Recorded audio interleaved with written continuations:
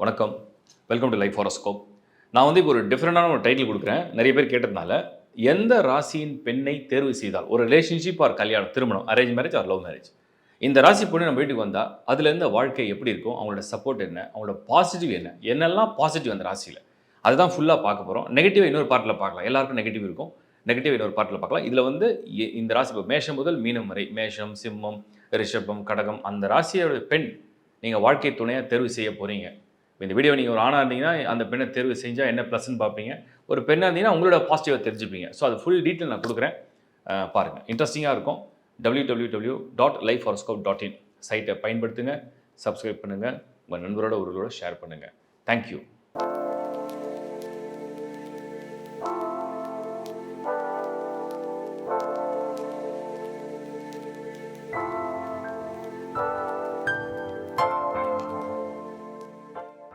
கடகராசி.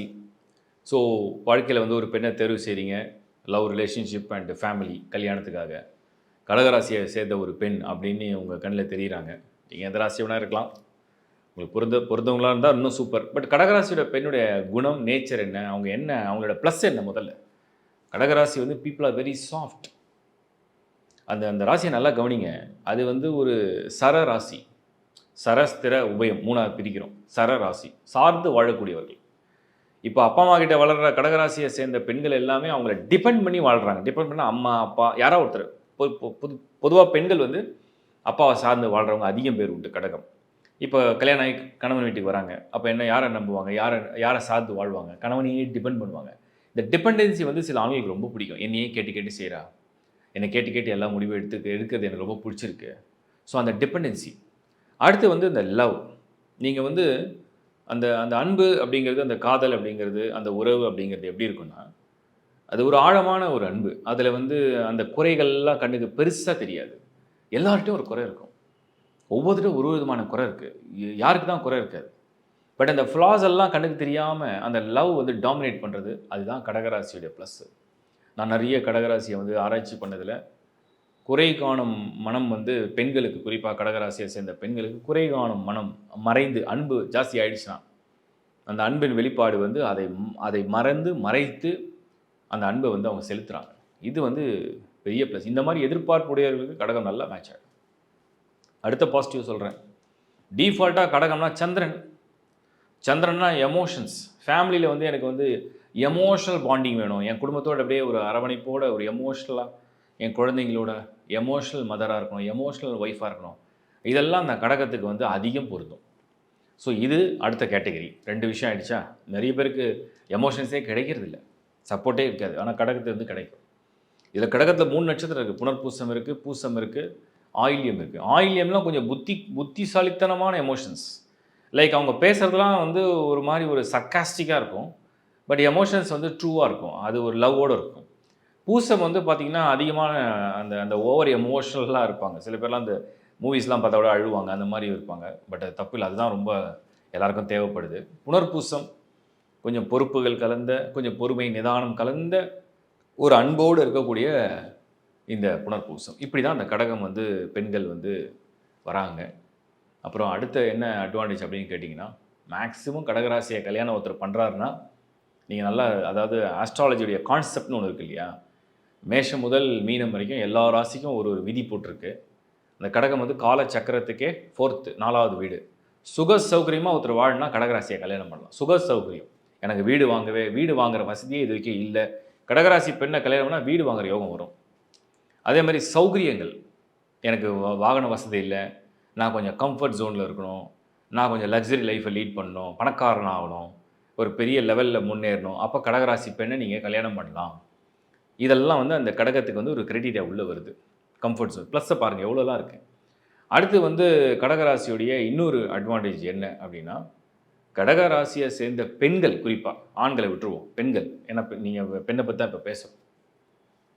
சாதாரண குடும்பத்தில் பிறந்தால் கூட பெரிய லெவலில் வசதியாக வாழ்கிற யோகத்தை அடைகிறாங்க. அல்லது அவர்களை திருமணம் செய்த ஆண், அவங்களை யார் கல்யாணம் பண்ணுறாரோ, இப்போது அந்த கடகத்துக்கு என்ன சொல்லப்பட்டிருக்குன்னா, சாஸ்திரப்படி சிம்மம் ஒரு ராஜா, கடகம் ஒரு ராணி, ஒரு குயினுடைய ஹவுஸ் தான் கடகம். ஒரு குயினுடைய ஹவுஸ் அப்படின்னு சொல்லக்கூடிய கடகத்தை வந்துருச்சுன்னு சொன்னோம்னா, நீங்கள் ஒரு ஒரு அரசியை வந்து திருமணம் செய்யணும்னா நீங்கள் ஒன்று அரசனாக இருக்கணும், இல்லை அரசனாக ஆயிடுவீங்க. அப்போ தான் அந்த கல்யாணம் பண்ணால் நீங்கள் அரசனாக ஆயிடுவீங்க.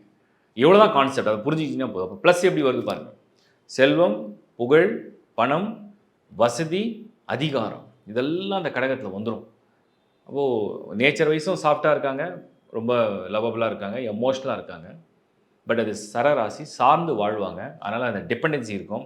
அதில் பொசிசிவ்னஸ் வரும். ஸோ அந்த டிபெண்டன்சி அது கூட நிறைய பேருக்கு பிடிக்குது. ரொம்ப என்கிட்ட நீ சில பேர்லாம் பொசிசிவாக இல்லைனா சண்டை போடுறவங்களாம் உண்டு. ஓவர் பொசிசிவ்னஸ் இஸ் அ பாய்சன்னு சொல்கிறாங்க. பட் இருந்தாலும் பொசிசிவாக இல்லையே, நீ நான் என்ன பண்ணாலும் கம்முன்னு இருக்கேன்னு கேட்குற ஹஸ்பண்ட்லாம் இருக்குது. அதனால் கடகத்தில் வந்து இதெல்லாம் அவங்களுக்கு அட்வான்டேஜாக வந்துடும். அதுக்கப்புறம் வந்து அவங்க வந்து பொதுவாகவே அந்த கடகம்னாலே வந்து ஒரு பக்கம் சரராசி பார்த்திங்களா வாட்டர் சைன். அது வாட்டர் சைன் அப்படின்னு சொன்னோம்னா என்ன தான் கோபம், வெறுப்பு, ஒரு ஒரு கோபம், ஆக்ரோஷம், வெறுப்பு என்ன இருந்தாலுமே தண்ணி வந்து நமக்கு வந்து கிடைக்கிற மிகப்பெரிய வரம். தினமும் நம்ம குளித்தோம்னா ஃப்ரெஷ்ஷாக வந்துடுறோம். நமக்கு வந்து ஒரு மாதிரி டயர்டாக இருக்குது, டல்லாக இருக்கும். ஒரு குளித்தோம்னா ஒரு ஃப்ரெஷ் ஆகிடுறோம். சப்போஸ் டயர்டாக இருக்குது, ஒரு மாதிரி ட்ரையாக ஃபீல் பண்ணுறோம். ஒரு கிளாஸ் தண்ணி இல்லை ஒரு ஜூஸ் குடிக்கிறோம், டக்குன்னு ஒரு எனர்ஜி வருது. அதுதான் அந்த கடகம்.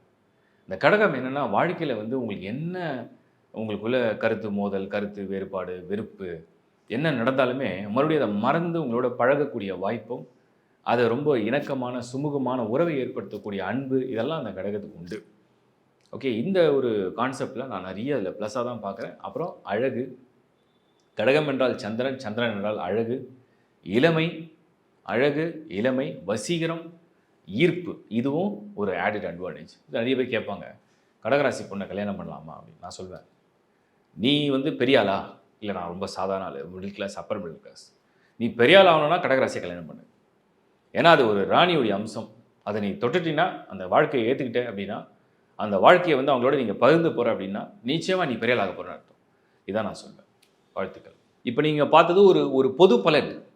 ஒரு ராசியை வந்து ஆராய்ச்சி பண்ணதில் அது குறிப்பாக பெண்களுடைய மனம், பெண்களுடைய உணர்வு, ஈடுபாடு அதோடைய ஒரு பொது பலன்.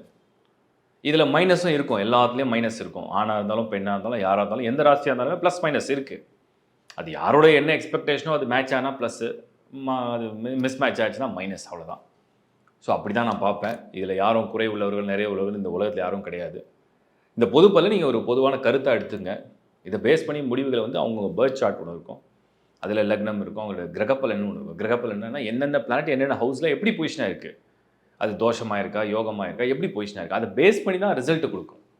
பொதுவாக அவங்களோட நேச்சர், இந்த கேரக்டரை வந்து நான் வந்து பர்சனலாகவும் அனலைஸ் பண்ணியிருக்கேன். ஹாரோஸ்கோப் வைஸை நிறைய ரிசர்ச் பண்ணியிருக்கேன். அதில் கிடைச்ச தகவலில் மேஷம் இப்படி, மீனம் இப்படி, மகரம் இப்படி, சிம்மம் இப்படி, ரிஷபம் இப்படின்னு சொல்லி தான் இந்த வீடியோ கொடுத்துருக்கேன். ஸோ இதையும் கடந்து அவங்களுடைய தனிப்பட்ட ஜாதகத்துடைய பலன் நிறைய இருக்குது.